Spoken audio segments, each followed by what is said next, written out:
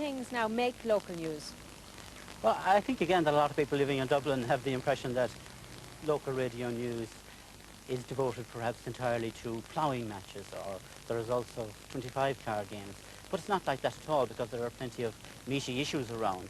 For instance, rural post offices are under threat. Entire stretches of railway line may be closed down. There are the hospital cuts. The future of regional airports is under threat. That's the strength of local radio.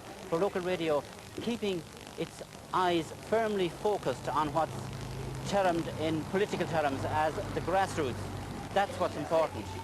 For instance, when I was growing up, when I was going to secondary school in Ballahadreen, I was very well versed on traffic jams at Hart's Corner and tailbacks on the quays and so on. And this had absolutely no relevance to me. I mean, the school bus might not be able to bring me to Ballahadreen to St. Ladies College because the road was flooded, but I wouldn't know exactly one thing about it. Our news bulletins sometimes are parochial, but I think they have to be. For instance, if a bishop suddenly decides to shuffle his clergy around, we give it a mention. We think that's news. If a bank manager is moved from Ballyhonus to Castlerea or wherever, that's news, because these people are public figures in their own way and they're well known. What else makes news? We cover floods, fires, storms, local lotto winners as well, of course. These things are part of everyday, of the lives of ordinary people. And I think that local radio neglects them at its peril. 20 to 12. Thank you kindly for joining us here on Clare FM today. Do hope you're in good old form. Yeah, mighty spot on. Every station has a different style, as broadcasters and DJs try to hit the right note with the audience. They're going ahead. Bingo tonight proceeds at the Falls Hotel in Ennistimon. Bit of country music for you right now. Here's John Farry for You and I. Shin shin. For Clare FM, the franchise area includes major towns like Ennis and Shannon, as well as many smaller towns. The station also broadcasts to a significant number of people who live in the wilds of Clare, surrounded by the beautiful countryside of the Burren. Like much of the west coast of Ireland, it's an area with a deep tradition of Irish culture and music. In County Clare, traditional Irish music is flourishing.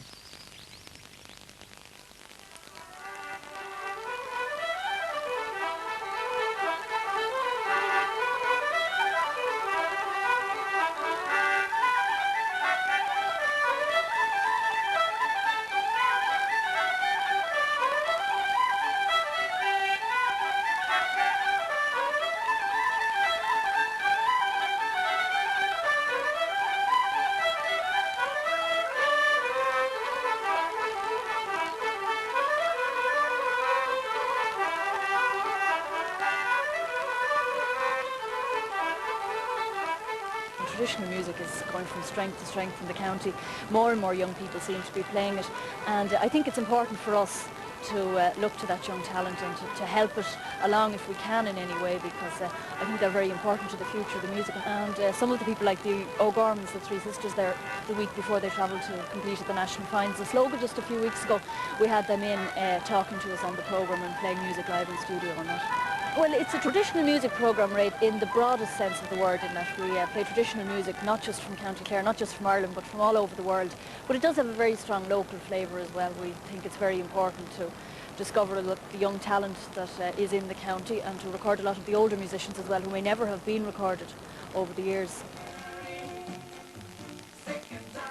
In Waterford, WLR-FM are targeting a 20 to 45 age group. Its audience is largely urban, and the music is more classic hits than traditional Irish or country and western. And 6 minutes after 12 o'clock, it's Tuesday, WLR-FM. Welcome along to the main event. It's organized till 3:30. Thanks to Billy for today's edition of Deisha AM. We try not to get too parochial. We try not to have a situation where we're playing requests for the same people all the time, or for Johnny up the road kind of thing. I mean, we try and keep the sound of the station very county-wide, or indeed southeast-wide. We target specifically, I suppose, the 20 to 45, but really it's a bit broader than that. I suppose we don't attract the teenage audience purely because there's such a difference in what teenagers want to hear and what adults want to hear. I think all told, the standard of presentation on the station is first class. We think and look at every single thing we do.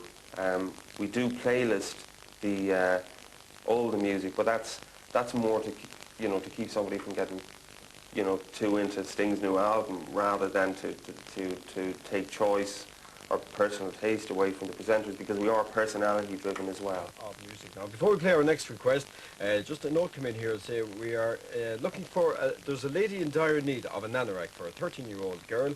She's a pretty big size. While each station is developing its own unique style, there is a struggle to hold all age groups and tastes. Appealing to small children is easy, especially if they can get requests played on air. Do you want to play for John? Deep Trouble. Okay, Deep Trouble by Bart Simpson. Okay, 5 o'clock. But the most difficult audience for local radio to attract is undoubtedly the teenage audience.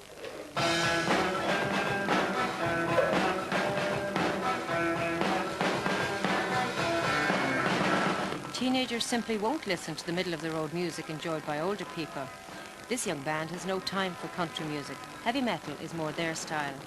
And while they're not big fans of MWR, they hope that the station will help them in launching their first demo tape. The one obstacle I see in front of us to stop our development would be the population falling. The youngsters leaving, and obviously our older listeners, well, really dying off, which is a harsh thing to say, but that's the reality of it. So really, that's the main problem, the population falling. For example, GA clubs losing members, closure of post offices, closure of railway stations, all of that kind of thing. That then will have an effect. Unemployment will rise. If unemployment rises, our advertising revenue will drop. If our advertising revenue drops, our programming, or quality of our programming will drop. And if the quality of our programming drops, obviously the radio station then will be in great danger. But it's the one major problem I see, with the population falling. County Mayo has a strong religious tradition, and MWR's weekly Faith Alive programme has a wide audience. I was surprised at the lady who rang in last week to say that a lot of men were not mature enough to get married and ended up having an affair. She seemed to think that married women do not have affairs. Well, we try to cover issues that are relevant to life here in the west of Ireland. We find that since it is a rural society, there's a lot of questions come up about loneliness. Also, I think the fact that life is changing. While it is rural, there are rapid changes on, and you have a lot of young people, highly educated. You have their parents who are wondering, what is happening to religion. So you have a bit of a clash there between people with a very settled religion and young people coming up asking questions. And we try to help both as best we can now, to cope with that change. Wardrobes to your exact measurements. New Decor. The complete kitchen and home decorating centre at Thomas Street. All of the new stations are commercial ventures. They depend on advertising revenue and sponsorship to stay in business. A professional sales force to sell space on the station is vital, but they must have an attractive product to sell, and one which draws an audience. I take the view, deliver the audience, and as sure as night follows day, the advertising will come. And that is the way it has happened here. We have built up a very strong loyalty among the people, among the listeners of the county, and consequently the business community in County Clare has supported us in a very, very substantial way.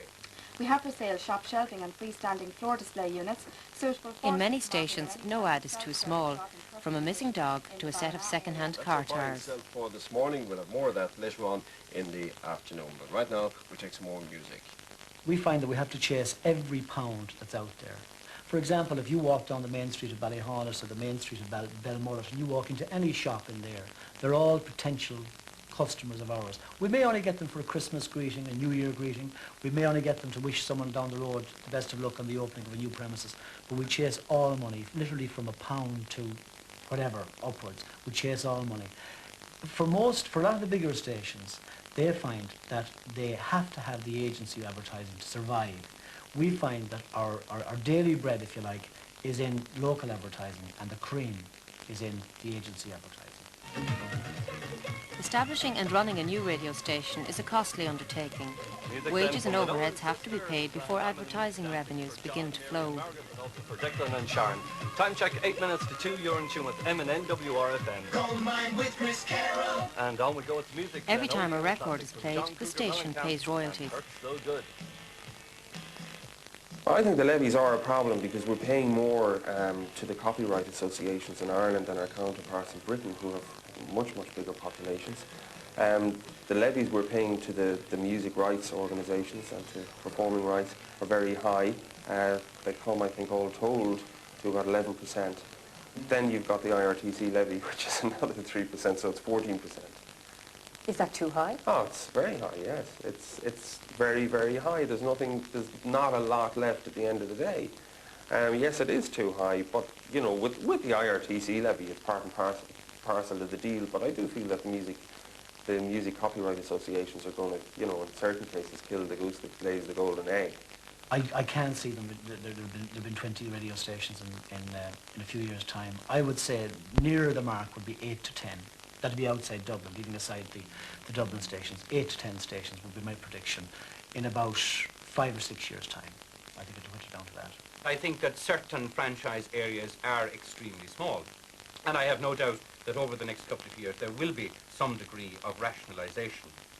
But it is not necessarily the situation that because stations get bigger, they will make more money, or that they will even survive.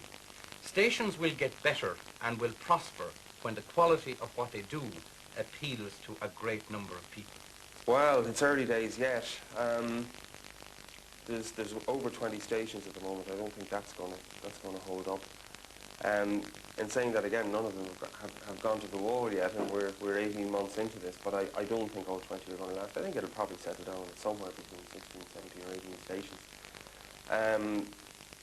I think a lot to do with it really is the people who hold the franchises and that are running it. And if you cut your close to your measure, I mean, literally a radio station can survive anywhere. So throughout the country, broadcasters face an exciting, if uncertain, future. Meanwhile, in County Mayo, songwriter John Duggan and traditional musician Seamus Shannon recreate the much-loved rambling house of bygone days, and the audience tunes in on the wireless. Can you have a great fire down tonight, Seamus? Well, John, I always have the old fire, a good fire down on a night of a rambling house, because you'd never know who'd ramble into it. You wouldn't know, you wouldn't know. We'll have a scatter tonight, I'd say. Well, just mention the turf there, we're very near the end of, it's coming near the end of last year's, we were taking a trip to the bog again. Right. You know something to say, it's better turf now in this part of the country than it is in Longford. Well, I don't know about that now. There's good turf in parts of it too. Well, you cut a lot of turf up there, didn't you? I did years ago, you know, but you know what the fella said to me the day in Dublin? He asked me where I was from, and I said I was from Longford. Yeah. And he said, I'm not sure what harm as long as you have your health. But we got to the dog. Come in. A heartbeat, girl. If it isn't Matt Malloy, how are you, Matt? I won't get, you don't mind if I don't get up. Is that the way, is it? How are you keeping? How are you doing? I'm not How young, Matt. John, how are you? Cunningham, how are you doing? Great. You see how Tony Allen, where did you come from? Young Duggan, the thrasher himself. I'd say that guitar has seen a few countries now at this stage. Well, she moved around a bit, all right, yeah. Not on my way home from England. You're just back? Just back, yeah. I heard you had a great run. I had a good old time, yeah. Met this man, in fact, a few weeks ago I was talking to him in Pontins. That's right. Pontins. He was tearing it out, and you were there yourself. That's right. And of course you couldn't beat Matt Malloy in. You could anyway.